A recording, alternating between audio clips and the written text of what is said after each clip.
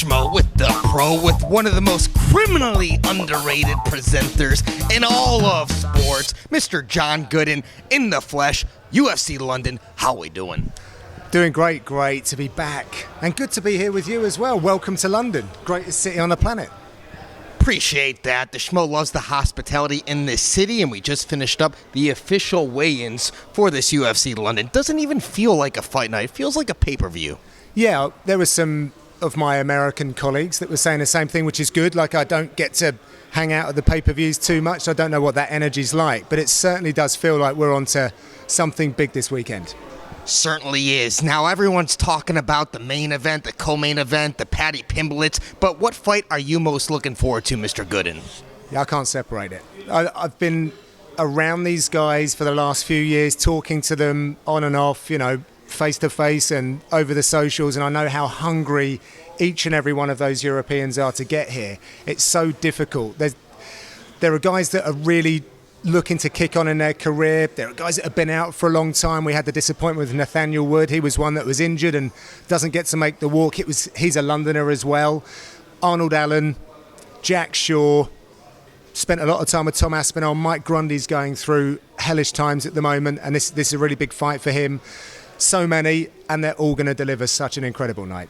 So let's just start with the main event. Tom Aspinall against Volkov. This is a huge opportunity for Tom Aspinall. If the people don't know about him worldwide, he's got the opportunity to be a worldwide name if he gets the victory over Volkov. But do you think people are overlooking Volkov because he's obviously a skilled striker? He's fought the who's who in this division. Do you think the storyline is too much about Tom Aspinall and not enough about Volkov? I think the storyline deserves to be about Tom Aspinall, given his rise, what he's accomplished, where we are in the world. But you're right. I think if we're talking betting lines, we really need to respect Volkov. He was a former Bellator champion, a former M1 Global champion, super tough circuit there. Been around a long time. Not an old fighter either. And the guy's 6'7". Like, he's uniquely built, and he has a complementary style for that. So however you dress it up, it's going to be a difficult strategy that Tom Aspinall needs to employ against someone who's been around the game for a long time, headlined here, good memories. Yeah, that's a big ask, and we're going to really see the measure of Tom Aspinall this weekend. And then if Tom Aspinall gets his hand raised Saturday evening, is he one fight away from a title fight? I don't know if he wants to be one fight away. They were trying to take the slow lane with all of this, but when you post the sorts of results that he has, that was going to be difficult in the eyes of the matchmakers in a heavyweight division that's quite fluid right now. Excuse me, Schmo. I think he could be with a knockout, but I think that team would probably like a couple before they go in for the big boys. Dan Hooker came to the scale wearing his shades, 145 pounds, looked shredded. What do you make of Dan Hooker returning to the featherweight division against Arnold Allen? Well, he's got me convinced. Look, when you speak to fighters when they make the transition up to 155, they've never felt better. But Dan Hooker's either been peddling or telling the truth that this is his natural weight class, and he feels great, lighter, able to move in ways that he's more naturally accustomed to. So I'm excited to see such a big name here in the UK. The fans love it, and as a result, I'm loving the reaction from the fans. Arnold Allen, for both fighters, it's kind of the perfect blend because Arnie wants a launching pad. He wants someone that's going to bring attention to him, given the fact that he just doesn't fight that often, and it's a stiff test at that. But coming down, when you look at who's available for Dan Hooker, could he really go and fight a number one contender at featherweight? Has he done enough at lightweight to really just jump in there ahead of the guys that have been at it at featherweight? But Arnold Allen, I think, is the guy. It's a really good piece of matchmaking, and that's a heck of a fight as well. It seems like everyone's talking about Paddy the Baddy Pimblett, and if he gets his hand raised Saturday evening, do you think his stardom is greater than a Sean O'Malley? It is in this region. It really is in this region. He doesn't give an F. Like, on the camera, off the camera, in the foyer, in the cage, he's throwing hands, verbal barbs. He's entertaining. Love him or hate him, you're going to be tuning in to see what he's doing next. I've not witnessed anything like it with the time that he's been around. Even McGregor, look, it took him at like the performances and things like that, like the debut. And by the way, I think that McGregor's path that he's created has helped guys like Paddy. Without McGregor, I'm not sure that Paddy necessarily cuts through just as quickly, because we're kind of hungry for the next one.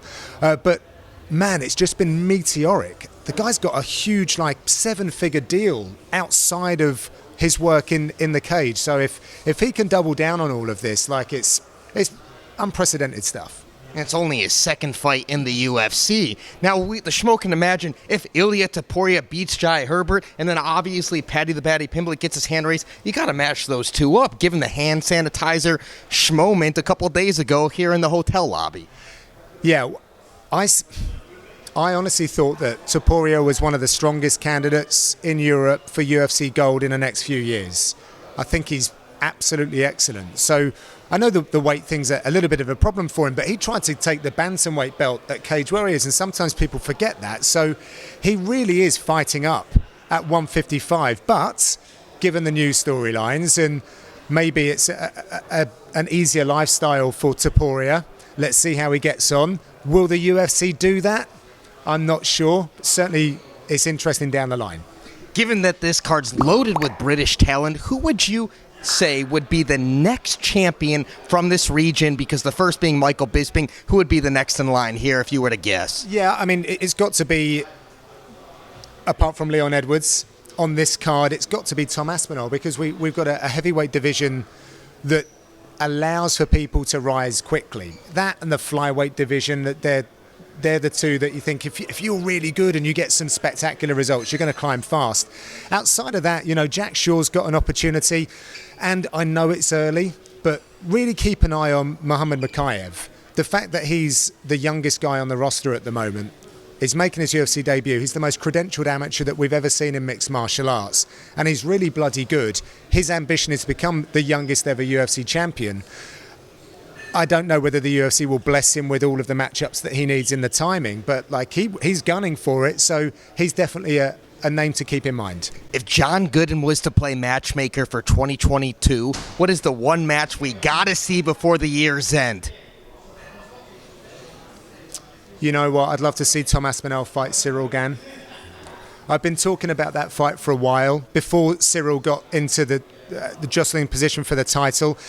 Tom has fought two guys previously from that gym, from the Factory X gym, and there's a lot of mutual respect between the coaches and the athletes.